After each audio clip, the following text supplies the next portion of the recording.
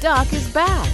Welcome to Medically Speaking with Dr. Winston Alexis, hosted by Tyrone Robertson. Join Doc and his guests as they discuss healthcare and the Caribbean community every Thursday at 11:30 a.m. Eastern Standard Time on caribcast.tv, Apple Podcasts, Google Podcasts, and most other popular podcast platforms. This episode sponsored by McCullough and Leboff, PA. I didn't grow up here, but Broward County has become home to me. This is where I settled. I raised my family here and started my practice here. For over 20 years, I've represented my neighbors, people who needed help in a stressful time. If you find yourself in need of an attorney, reach out to someone you can trust, someone with a proven track record. When a car accident or personal injury sets you back, call Scott McCullough. 954-989-3435. Hello, ladies and gentlemen, and welcome to this episode of Medically Speaking with Dr. Winston Alexis. Today's topic is abnormal uterine bleeding, AUB, or menstrual irregularity. Doc, how have you been this week? Man, listen, getting better because you ever hear, man, I never thought the day would come when I am so happy to go to work. I'm tired, say dog home. My wife always say I'm a lazy man. I just do enough. Boy, I was so happy I could get a chance. It's a toned down schedule. I'm only seeing about 6 patients, so slowly coming back into thing because the hospitals have not yet opened the operating rooms. Gotcha. And I do a whole lot of gynecology. I don't do much OB anymore. Mm-hmm. My daughter obviously do both, so I'm kind of glad. And so I'm in a better mood. I'm moving on mentally from this nonsense that's going on. When I say nonsense, it is sense, but the way it's disrupting our lives, it's making all of us angry. And I'm about ready to move on. But again, and I'm done with politics after this, I'm moving out cautiously. I went into the office and the girls nearly ran out. They said, Doc, my God, how much thing you have on? A mask, a shield, thing in my ears, I have a white coat.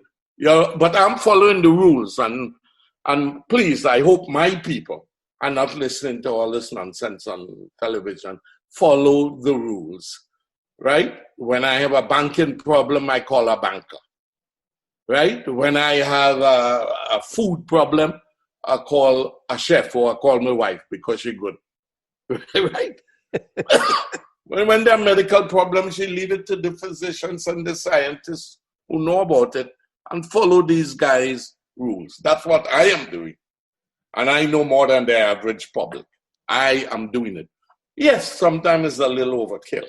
But you need that sometimes to solve serious problems. Absolutely. Right. Anyway, let's get back to the most important function of humans in the world is procreation.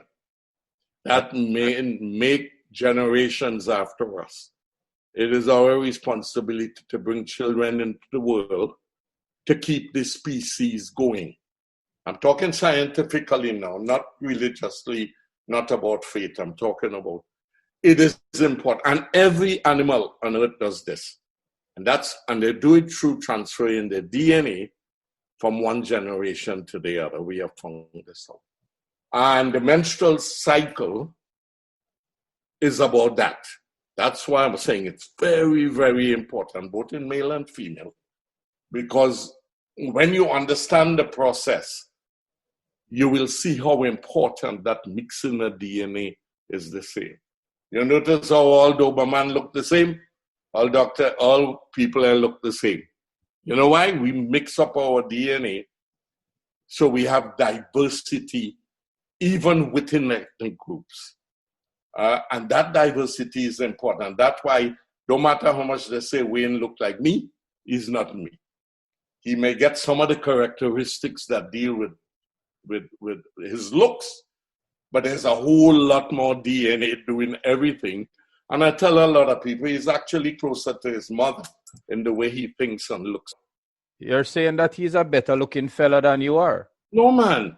Where did you get this? You're sounding like Trump now. Misconceptions.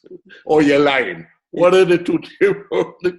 Yeah, that he, I mean, you resemble me, but everybody in the world, all the young ladies at the golf course somewhere, I don't know, maybe they pulling my legs. They always say, oh my God, Wayne, your father is better looking than you. So how you come up with this thing that my son is better looking than me? Because he's your friend?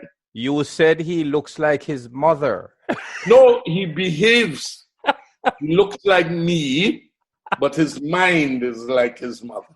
Okay. All right? Yeah, so what is the menstrual period about? Believe it or not, the menstrual period has no function in the human body whatsoever. Some women think it is vital to be a woman. Wrong. If you could get away with not having your period for the rest of your life without having some medical reason for it, God bless you. All right? You know what's the purpose of the menstrual period? It tells you you are not pregnant. That's the only purpose. It has nothing else. When it comes, it's telling the female that she is not pregnant. As a matter of fact, she has failed with what the reproductive system was designed to do. Right? So the reason you get a period is simple.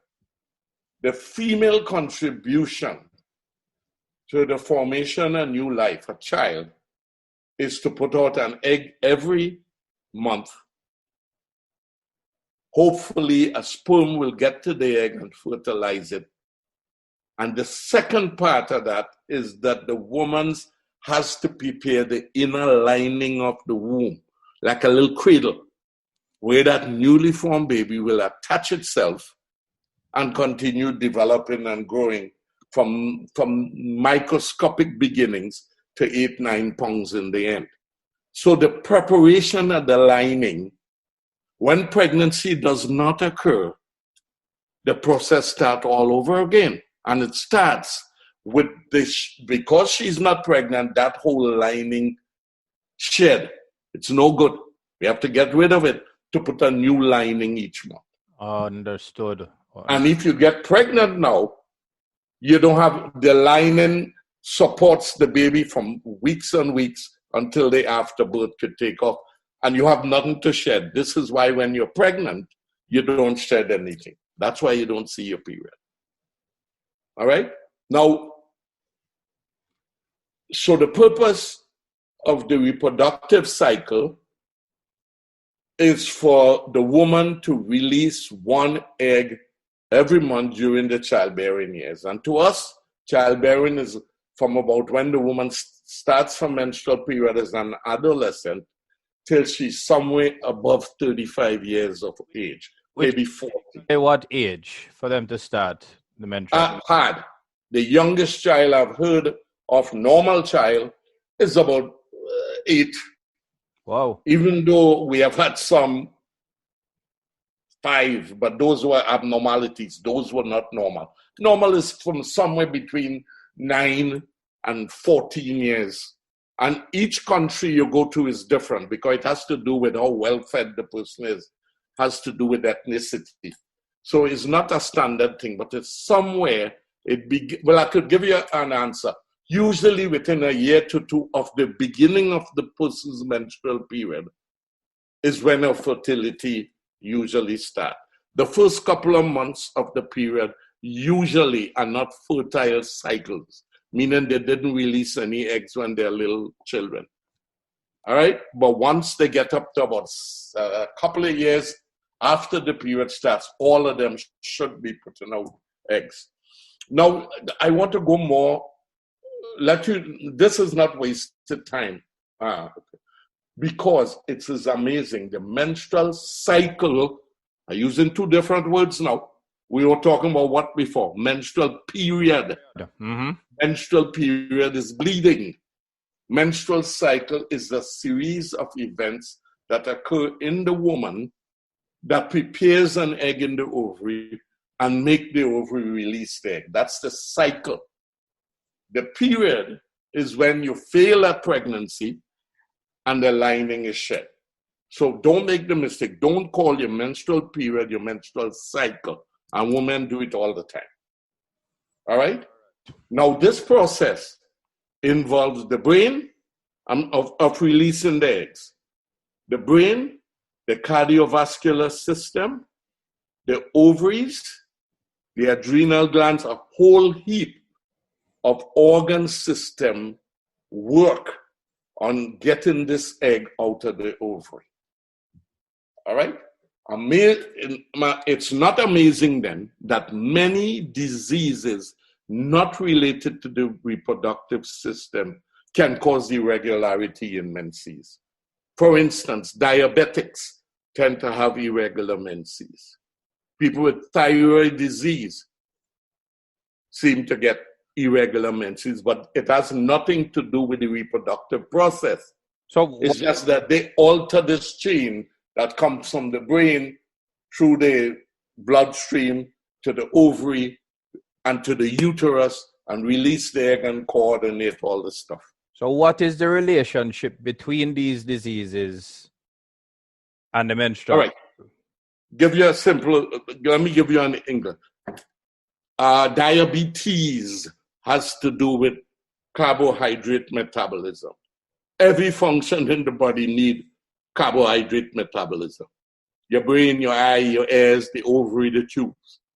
So when that's deranged, the process of what the brain has to do, and I'll tell you that later, and what the ovary has to do, depends on carbohydrate metabolism because it's a function. The cardiovascular system needed. Thyroid disease, the thyroid hormone, you know what it works like? Something you used to do, but you're a tongue boy, you come from Kingston. So you know what I talk about, but where Mrs. Alexis come, the bush down in Bogwalk. You know when you light a coal pot and you fan the fire? As a matter of fact, I do. Well, you must be from the country. Because Kingston people, they know what a fan is. Fan the fire, they know what you're talking about. Anyway, thyroid disease is like fanning the fire. If you have something going on, let's suppose you're running and the sugar coming from the sugar to your muscle to give the muscle energy. Thyroid is needed to make that transfer of energy more efficient. And remember, when you're having a cycle, your brain have to do things, the cardiovascular have to do something, the ovary have these legs. So thyroid, even though it doesn't directly cause any serious dysfunction, it is necessary as a word I'm going to use called as a catalyst. A catalyst is you finding the fire. Because a fire by itself wouldn't go as fast as when you put little oxygen in it. So that's what, so the point is because sugar and thyroid affect every process in the human body, when these things are not going right, they could affect almost any organ system. All right? So because of this, Tyrone, because it can affect everything, women need to pay attention to the menstrual period. Right? And what I should make, I'm talking about normal menstrual period. First thing you have to do is establish what normal. And normal periods are different for every single woman. Even daughters are different from mother different from aunts, whatever. All right? Because how your period presents itself has to do with your DNA. Each person need to keep track of their own menstrual period. Right. You can't go by your mother. Oh, mommy, did you see a period and figure out yours is the same? All right. So what is a normal menstrual period? It must occur around the same time every month to be normal. Give or take 6 days. What I mean by that, if your period starts on the 21st of this month and it start again the 23rd of next month, that's okay. It doesn't have to be on the exact day. It could be either a couple of days before, a couple of days after, but it should come every month. All right? More importantly, the number of days the woman bleeds need to be consistent. So if you're 5 days, you're 5 days every month. Right? If you're 3 days, you're 3 days every month. And everybody have their own length of period that they tend to have. So you come to my office and you would find out something, Tarun. About 80% or more of complaints that women go to a gynecologist office is abnormal periods. It's amazing. Wow. Almost 90% of the people that come, they complain is irregular vaginal bleeding. So when you go to your doctor's office, you need to give me some information. This is how I start off. You say your period irregular, okay. When do you normally see your period? Well, doc, what? How you mean? You need to tell me every 23rd to 25th day. The first question I ask you. Second question is, how many days you see it for? Oh, doc, well, I'm telling you what happens. And they don't understand that this information is crucial. So let me ask a question, Doc. I mean, obviously, this is something that should be, I guess, taught at home between maybe the mother and the daughter, or the father and the daughter. Right. Is this taught or is this information made available to young women elsewhere in a systematic way? Yes. No. Because IT. In the old days, this is what I encouraged. First of all, you brought up a good point. Back home, we had a lot more trouble. Because apparently father and mother all treat anything to do with sex, bleeding, baby was taboo. Nobody would talk about that. This is a different world. Yes. Everybody, that information is available all over, but it's not put together in the same package I'm trying to give tonight. People don't really understand the fact that keeping trace of your period is very important to diagnosing certain disease not related to the reproductive system. It helps, and I give you an example. People with hypothyroidism tend to have shortened periods, spotting between the period. Mm-hmm. We have a condition called polycystic ovarian syndrome, which is common in people who are going to develop diabetes. And the first complaint they come to me from is skipping the period. Nothing wrong with the reproductive system. It's just this other disease is disrupting the cycle that's supposed to go in a normal woman. So it's real important to keep a menstrual calendar. By the way, it's online. You could get it. Yes. But I'll tell women an easy way if you want to go online. You get one of them calendar they give you for Christmas. You know them calendar, get one for every one of your daughters in the house. And they get up, look for the month. Oh, today's my first day, put an X on what today is. Every day put an X, wherever it is. Right? Then you have to have some things you make up yourself. If it's a lighter than normal way, put minus underneath the date. If it's heavier, put a plus. You understand? Then below that line, if you have cramps with it, put cramps. Because all of these are important to your doctor deciding what is causing the irregular period. And there's a whole lot of things, diseases he has to take into control. So all the information you could give him.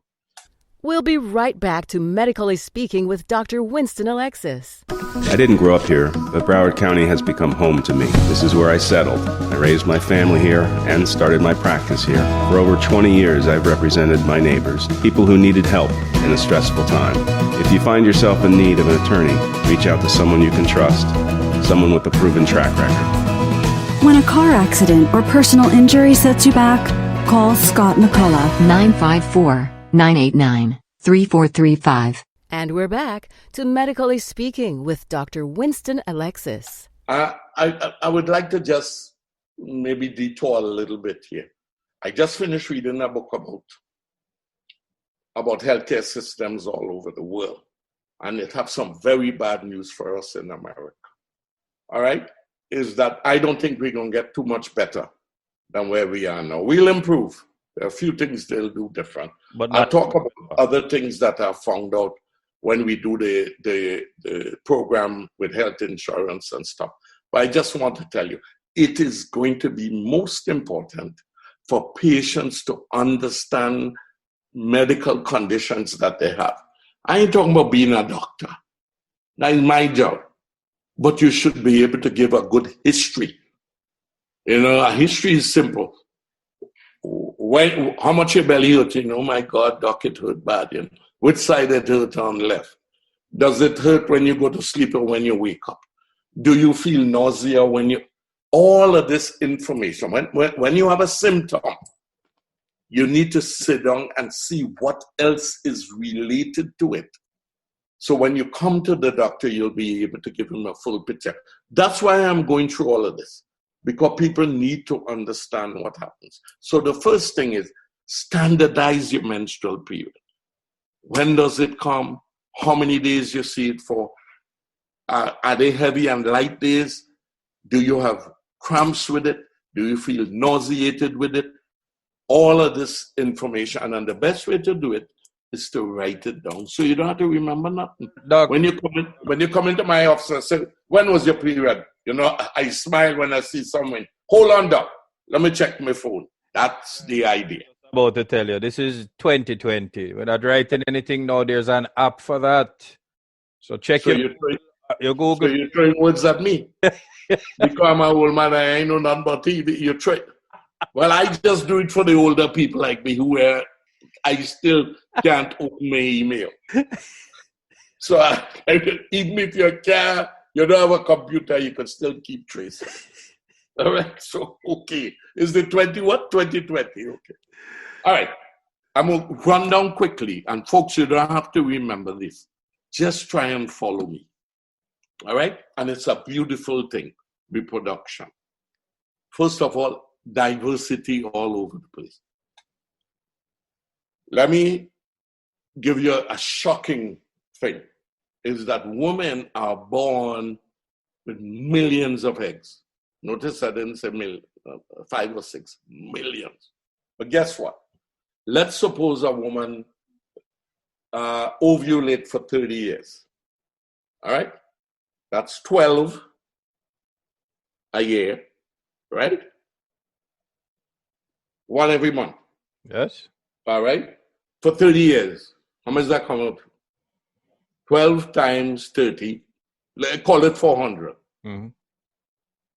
Millions, and all you release is 400. Not only that, every month, every day, some of them are dying out.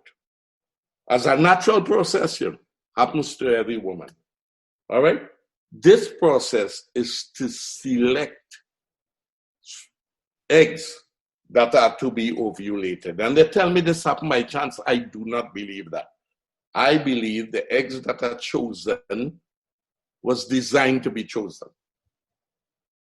Right? The system has chosen these out. We just have to find out exactly how they do it yet. I have a theory, and by the way, part of my theory just come out. One of the students brought it up to me, I'll tell you.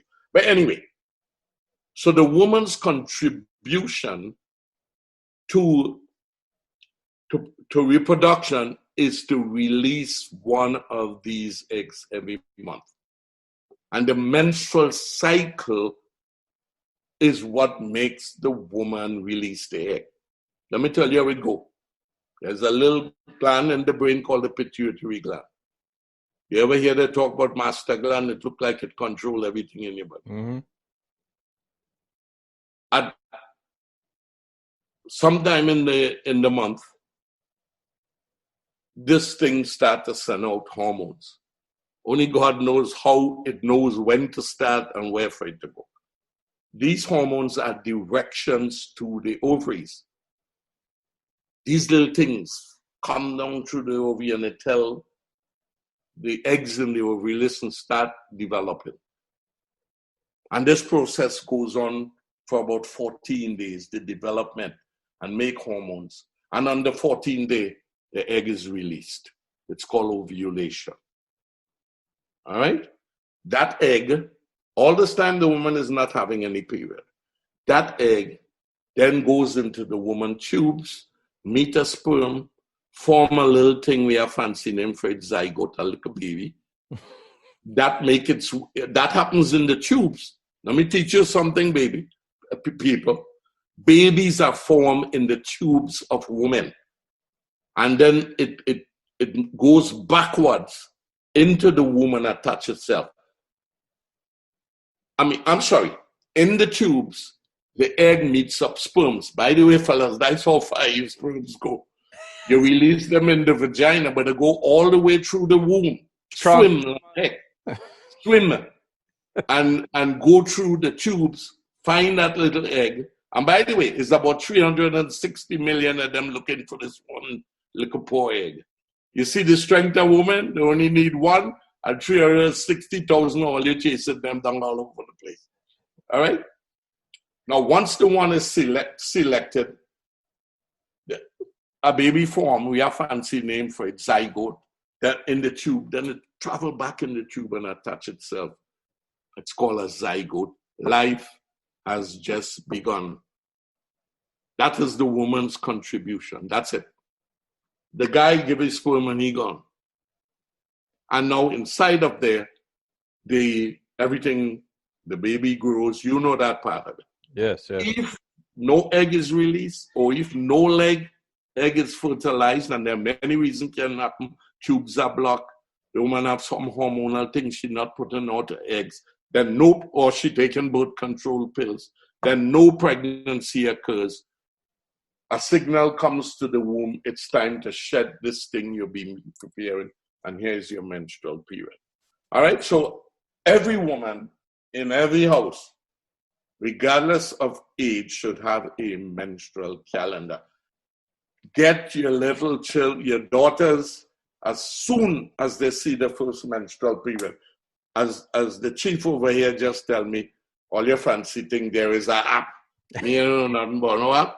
And I would never see the app because I ain't going on no computer to look for nothing. But I've heard before too, it's a very good device. You could put all the information down in it.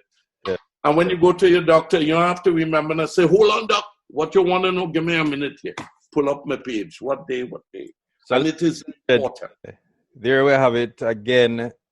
Know some information about yourself prior to going to your physician. Yes. So it is you should be tracking your menstrual cycle and period for that matter. Yes.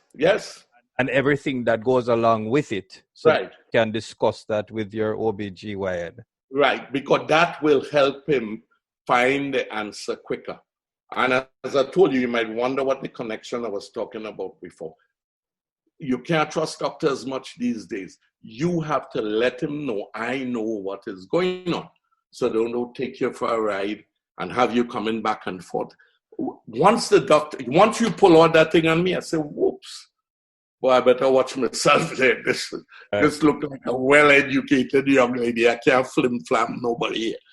And so it also helps you to get good care when the doctors say, hey, I don't need you understand the language, right? When I asked you when is your period and you pull out, said, doc, well, this one was regular, that one. I say, oh my God, we have a well-educated young lady. I better be on my P's and Q's. That's how doctors are. They make the money as quickly, as easy as we are businessmen. The quicker we could get it with the less effort, that's what businessmen are after, make money and do nothing. All right, so it's up to you to monitor whatever the condition you have in medicine and don't rely 100% on your doctor. Learn about it so you could carry on a sensible conversation with him, so you can understand how you are being treated and why. All right, ladies and gentlemen, this is Medically Speaking with Dr. Winston Alexis. New episodes available every week, Thursdays, 11:30 a.m. Eastern Standard Time on your favorite podcast platforms. Google Podcasts, iTunes Podcasts, and Spotify. We'll be right back. Thank you. We'll be right back to Medically Speaking with Dr. Winston Alexis. I didn't grow up here, but Broward County has become home to me. This is where I settled. I raised my family here and started my practice here. For over 20 years, I've represented my neighbors, people who needed help in a stressful time.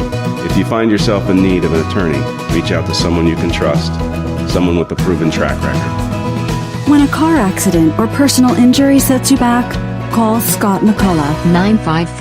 954-989-3435. And we're back to Medically Speaking with Dr. Winston Alexis.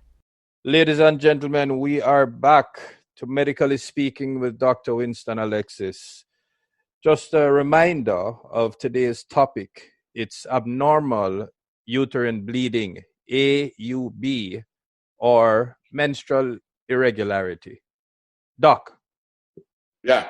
To show you that Black life really matters is that the kind of diseases that cause menstrual irregularity differs depending on your ethnicity.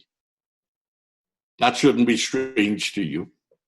I mean, I've been preaching that for years, that even though everybody can get these diseases, they tend to be more in certain ethnic groups. All right, we in particular, what I do, I divide up irregular menses into the adolescent to early adulthood years, which is from when menstruation starts. By the way, they have a fancy name for that, menarche. I don't know where they get that from. I haven't even tried to know what that means. That means your first period. Oh. All right? So we go from there through your adolescence, I would say up to about age 20. That's one group. And the diseases that cause irregular menses in them is different from the diseases that cause irregular menses in women from age 21 to 35. And it's different for what causes these irregularities in women 35 and above. So I'm going to divide them up into it. I'm going to start with the adolescents, the young people. And this is one of the ethnic diseases. There's a condition called polycystic ovarian syndrome. Forget them word. I'm so glad they abbreviated it. Mark PCOS. You don't have to even know what that means. That's the name of the thing. But again, it's polycystic ovarian syndrome. How it presents itself is in young women, again, between beginning their periods and into the early 20s, miss periods sometimes for months. Then it may come back and be heavy for a month. Then it may come back spot for another month. In other words, irregularity. So again, Doc, at that age, what can be expected from an adolescent at that age to communicate that? You know, I mean, because some of these kids don't have that kind of relationship with the parent. How would one know? Get the app. Parents, get the app for the little girl. From the day she starts bleeding, give her that and tell her, write down every day you bleed. I thought you were going to ask me a slightly different question. The irregularities in adolescence many times is because the system that is producing the hormones for the menstrual period are not yet mature. And because they're immature, they don't do the job so good. Mm-hmm. So it's not strange to find a 15-year-old period once and then skip 3 months. Okay. And then they come back again and skip 2 months. Okay? So that's kind of expected. That's why you have to find other things. This is the same group who have this polycystic ovarian syndrome. So an irregular period is not enough. You have to ask other questions. For instance, people with polycystic tend to be overweight. They may develop acne, right? Little hair growth around the mouth and under the chin, something called hirsutism. And more importantly, strong family history of diabetes. Okay. So when you have a very young girl showing all of these things, don't say, oh, it's because she now start a period. That's true if she have no other symptoms. Mm-hmm. If she just skip a couple of months, then the period come back normal, that's fine. Because that will happen because of immaturity. But you have to look into it. If at the same time she's a little plump, and she tell your mom, I have this little acne and this little hair under my chin, that is not immaturity of the system. That's a sign of polycystic ovarian syndrome. And guess what? Remember, I say one of the things you have to find out, is there anybody with diabetes in your family? And diabetes is very high in Black people. Therefore, what?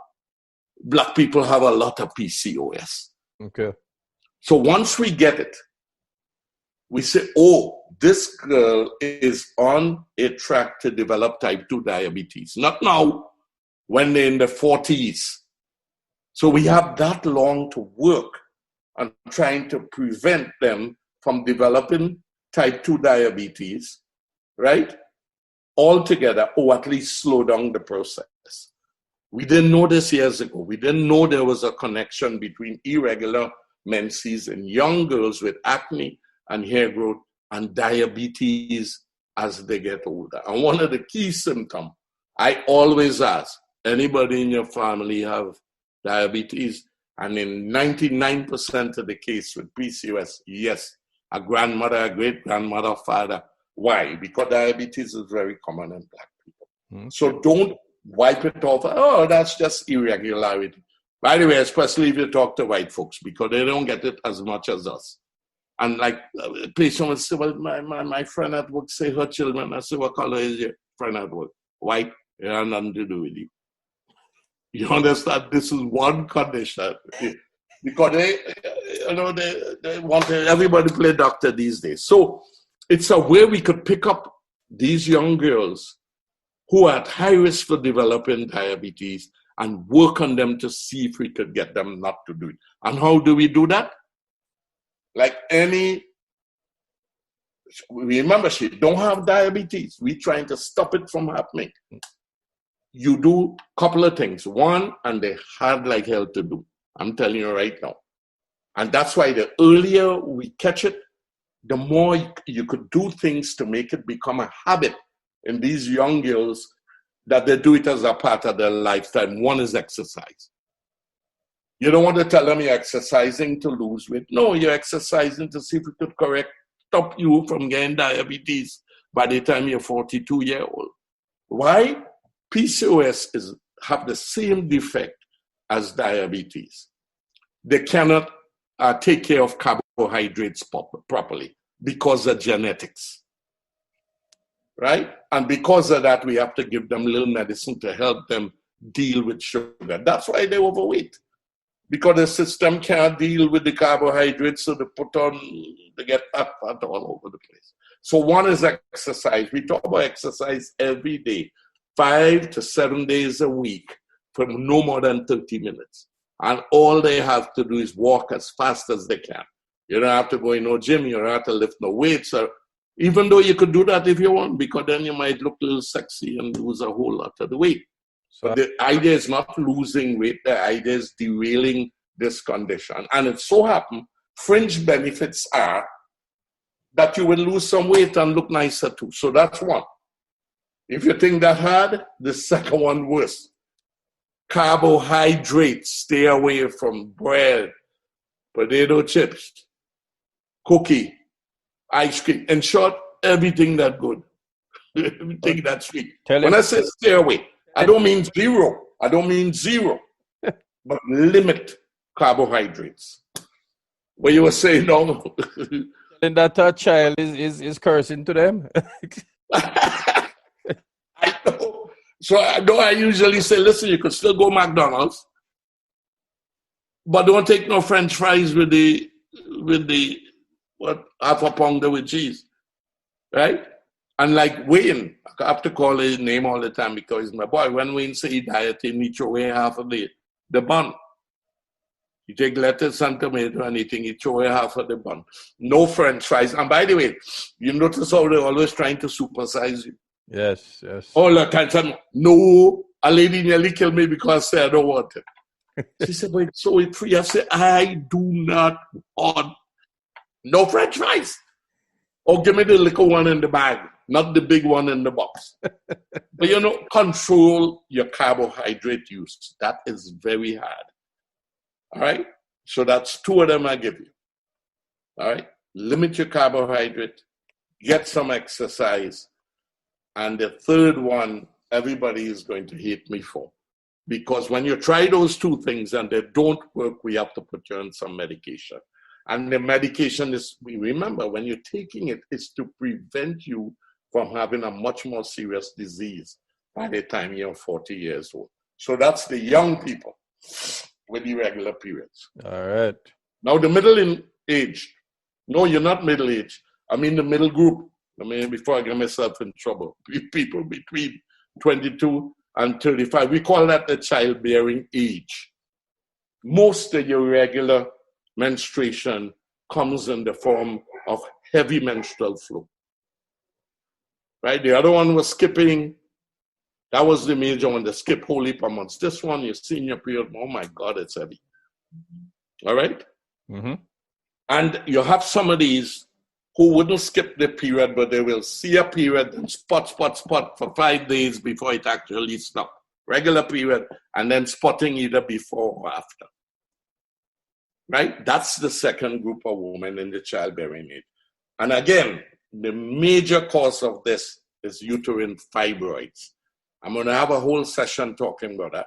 So it's a condition Black women and Caribbean women in particular are very aware of this. It is one of the most common causes of surgical procedures in gynecology. And Black women get it more than everybody else in the world.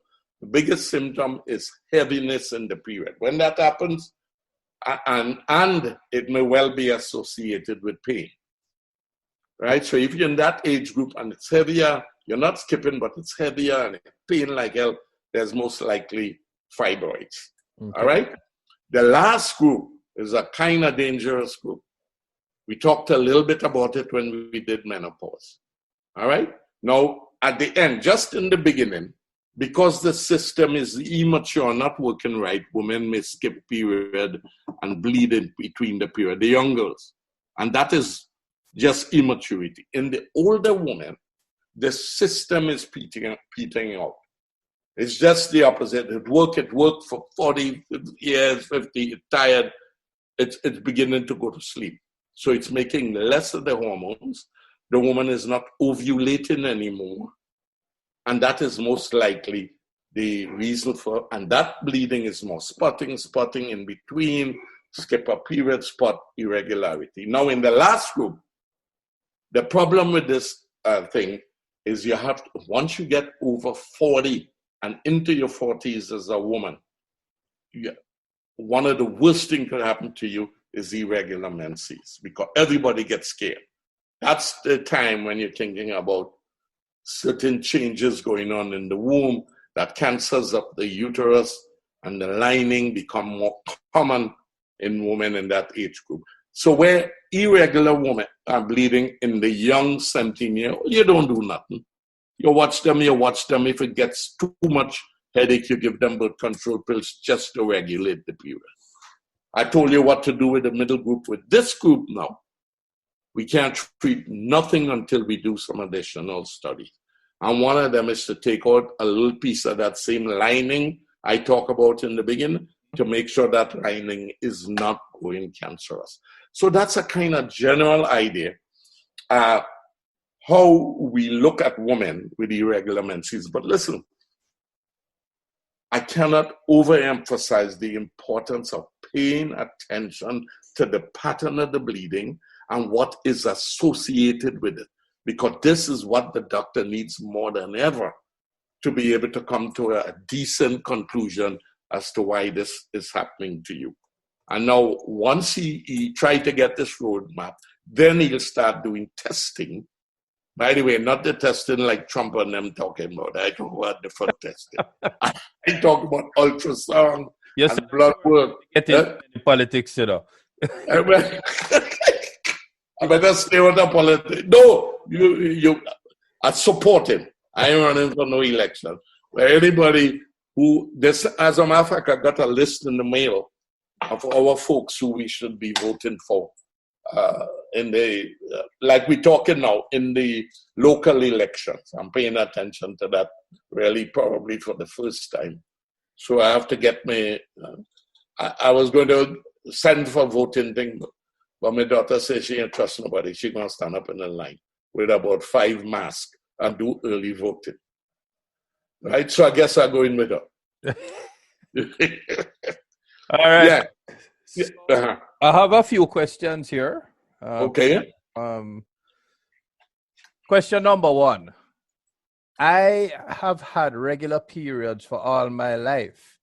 Beginning in my late 40s, I started to have irregular periods. Is this a sign that I've started to go through menopause? Yeah. Remember, I just touched that a little bit. As you get to the upper end, the hormones that are produced with the signals from the brain, the ovary can't respond to them.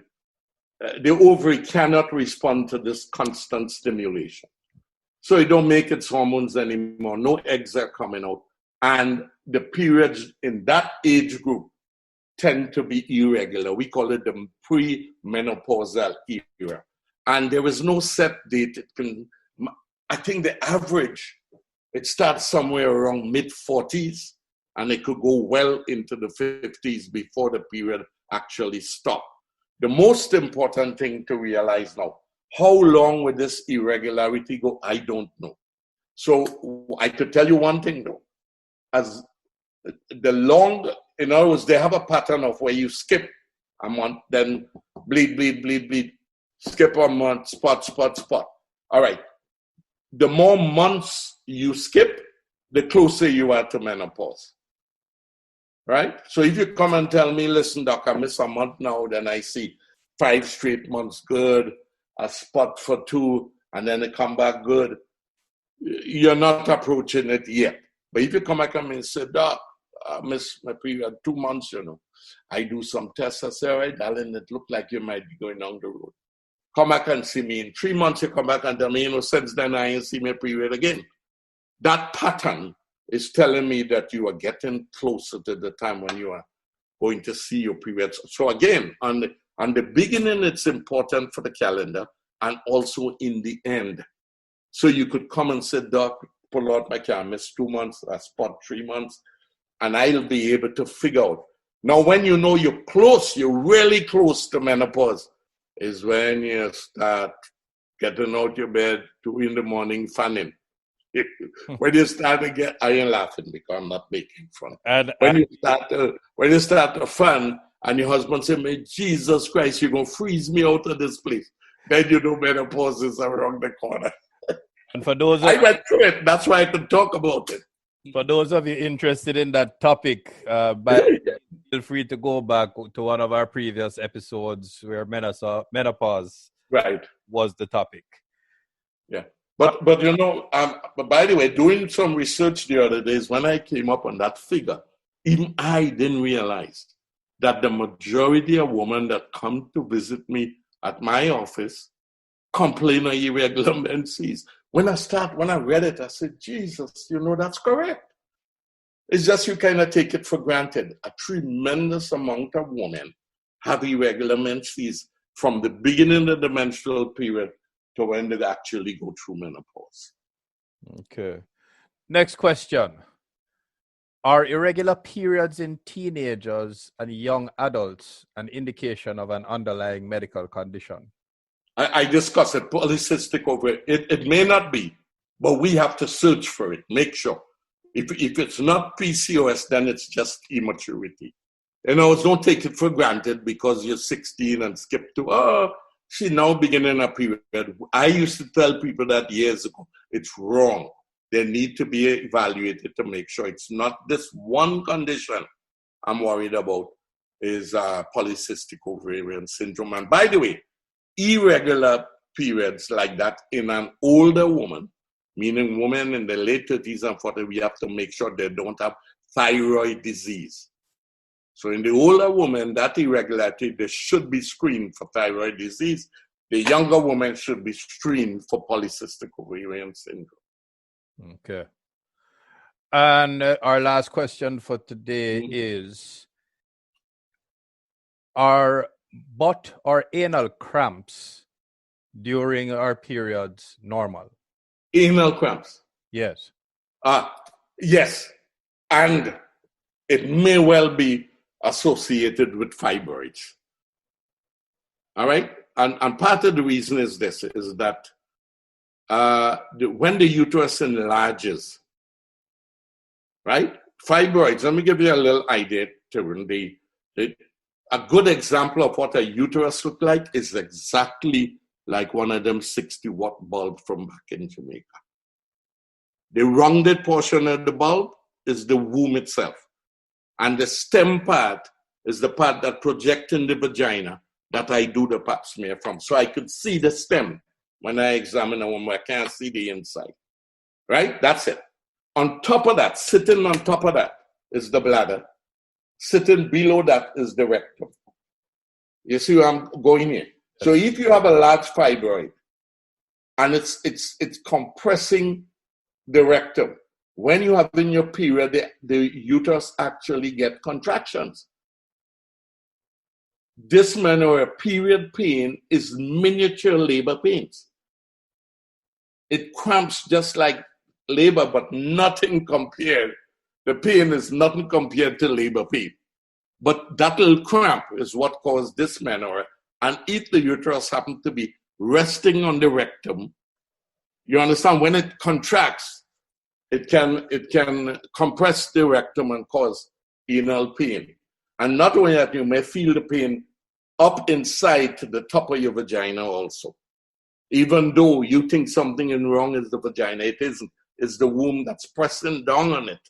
And when the womb is having its troubles during the menstrual period, it can be what we call, it can radiate down to the anus and rectum. All right. All right, listen, one last thing I want to be able to tell, and it's hard. It is amazing. For gynecologists, God bless birth control pills. Let me tell you why. Years ago, we had nothing to treat these irregularities. We diagnosed them, and if it didn't involve surgery, there's nothing we can do. And you can't do surgery on a 16, 17-year-old girl. Guess what we found out? That birth control pills have the same hormones that the woman's body makes normally that produce her periods. So guess what we do? We give them the pill. As long as we show it's nothing serious. And guess what? You ever hear this word? Oh, doc, give me the pill to regulate my period. That's what we do for almost every one of these conditions. See how my life can be easy? Young people with irregular period, put them on the pill. Older women on irregular periods, put them on the pill. But you have to do that after you have done tests to make sure it's nothing is serious. We can even put women with fibroids on birth control pill, and it will slow down the amount of bleeding they have. So all we do in the pill is mimic the hormones that are produced during a normal cycle, right? When normally that depends on the rhythm of the brain and the ovary to make the final product. We have learned what the final product is, and we cheat. We don't have to go through all of that. We give them the pill, and it regulates the period. That's why so many young girls have been placed on birth control pills. It's so common, right? That women come, hey, what you doing? Oh, they've been regulating my period since about 15 years old. Before you regulate, don't make sure the young women do not have polycystic ovaries, and make sure the older woman is not developing any kind of tumors in the reproductive system before you put them on the pill. And in the older woman, we do ultrasounds, and sometimes we do something called a biopsy. Take a little piece of the lining to make sure nothing is happening. If all of those are normal, birth control pills is your friend. And there we have it, ladies and gentlemen. Another episode of Medically Speaking with Dr. Winston Alexis, available every Thursday at 11:30 a.m. Eastern Standard Time on your favorite podcast platforms. Apple Podcasts, Google Podcasts, Spotify. Thank you very much, Doc. We appreciate your time with us on Medically Speaking with Dr. Winston Alexis, hosted by Tyrone Robertson. Join us next Thursday at 11:30 a.m. Eastern Standard Time on caribcast.tv, Apple Podcasts, Google Podcasts, and most other popular podcast platforms. Doc is back. Although the host and guests are qualified professionals, they assume no responsibility for inaccuracies, omissions, inconsistencies, and any slight of people or organizations. Listeners should use their own judgment or consult an expert or their personal physician for specific applications to their individual medical problem.